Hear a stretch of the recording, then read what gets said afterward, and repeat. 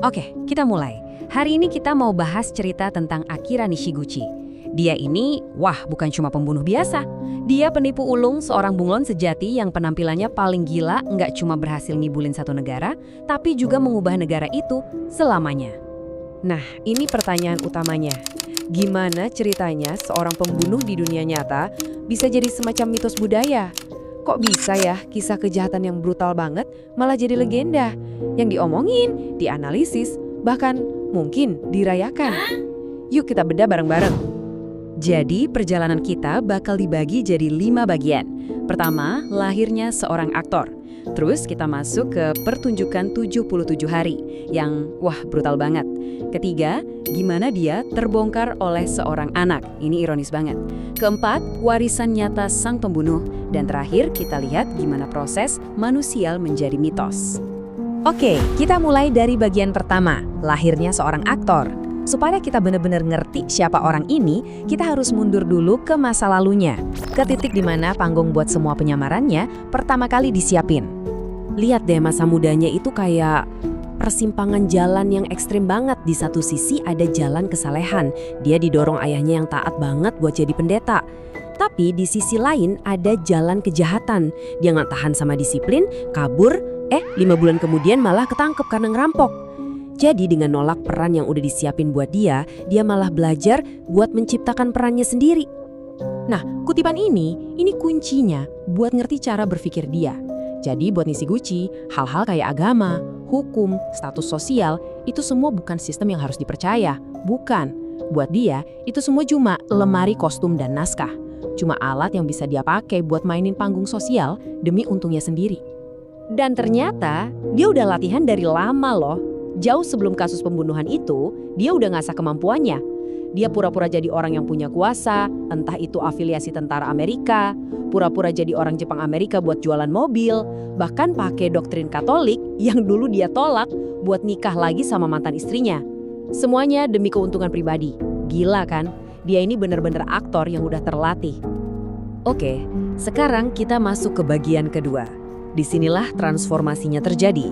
Dari yang tadinya cuma penipu kelas teri, dia berubah jadi pembunuh. Pelariannya selama 77 hari ini bisa dibilang jadi pertunjukan paling nekat dan paling mematikan sepanjang hidupnya. Coba kita lihat ringkasan terornya. Gila, dalam 77 hari dia bunuh 5 orang di berbagai kota. Dia terus-terusan ganti identitas.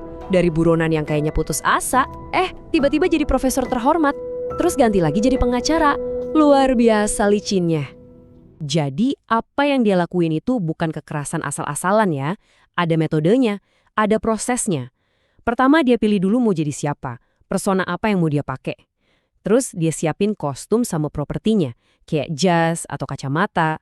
Kalau udah, dia deketin korbannya, dapetin kepercayaan mereka. Dan begitu korbannya lengah, dia serang. Curi barangnya, bunuh orangnya, terus kabur, dan ngulangin lagi di tempat lain. Bener-bener formula yang dingin dan penuh perhitungan. 5.000, coba bayangin, ada 5.000 poster mukanya dia disebar ke seluruh Jepang. Tapi apa dia ngumpet? Enggak sama sekali. Dia malah santai aja keliling-keliling, nipu orang di mana-mana, seolah-olah dia ini nggak bisa disentuh. Tapi ya, namanya juga pertunjukan, pasti ada akhirnya. Dan akhir dari sandiwara Nishiguchi ini, ironis banget. Dia ketangkep bukan sama detektif jagoan, tapi sama seseorang yang nggak pernah diduga sama sekali. Dan peran terakhirnya, ini benar-benar sinis. Dia, seorang pembunuh berantai, pura-pura jadi pengacara bernama Shoji Kawamura. Dan tahu apa yang dia perjuangkan? Keadilan buat seorang terpidana mati. Gila kan? Dia seolah-olah bersembunyi di balik jubah keadilan itu sendiri. Terus, siapa dong yang akhirnya ngebongkar kedoknya? Bukan polisi? Bukan juga orang-orang dewasa yang udah dia tipu mentah-mentah, tapi seorang anak perempuan umur 10 tahun. Disitulah semua sandiwaranya hancur berantakan. Ini dia perbedaannya. Orang-orang dewasa itu ngelihat apa? Mereka ngelihat pertunjukannya. Jas yang rapi, jabatan pengacara, wibawa palsu. Mereka tertipu sama kostumnya. Tapi anak kecil ini, dia belum terkontaminasi sama semua itu. Dia cuma ngelihat kenyataan. Muka dan tai lalat yang sama persis kayak di poster buronan. Dan ya udah selesai. Dia ditangkap tanggal 3 Januari 1964. Setelah berhasil nipu satu negara penuh orang dewasa, dia justru dibongkar sama seorang anak kecil. Sang aktor yang udah ngelabuin banyak orang, akhirnya jatuh di tangan penontonnya yang paling polos. Pertunjukannya benar-benar selesai. Oke, Nishiguchi emang udah ketangkap. Ceritanya sebagai kriminal mungkin selesai di situ. Tapi, ini justru jadi awal dari dampak besarnya buat masyarakat Jepang. Anehnya, kekacauan yang dia buat malah melahirkan sebuah tatanan yang baru. Jadi gini, masalahnya waktu itu adalah sistem kepolisian Jepang itu terkotak-kotak, kaku banget antar wilayah atau prefektur. Nah, penjahat yang gerakannya lincah kayak Nishiguchi yang pindah-pindah kota gampang banget manfaatin celah ini. Akibatnya, polisi jadi kelihatan nggak berdaya, dan ini jadi semacam aib nasional. Nah, sebagai respons langsung dari kasus ini, Jepang akhirnya ngebentuk sistem kasus penunjukan metropolitan. Intinya, ini adalah sistem komando polisi yang terpusat. Tujuannya cuma satu, biar kasus kayak Nishiguchi, di mana penjahat bisa lolos karena pindah-pindah wilayah, nggak akan pernah kejadian lagi. Jadi, ini poin pentingnya.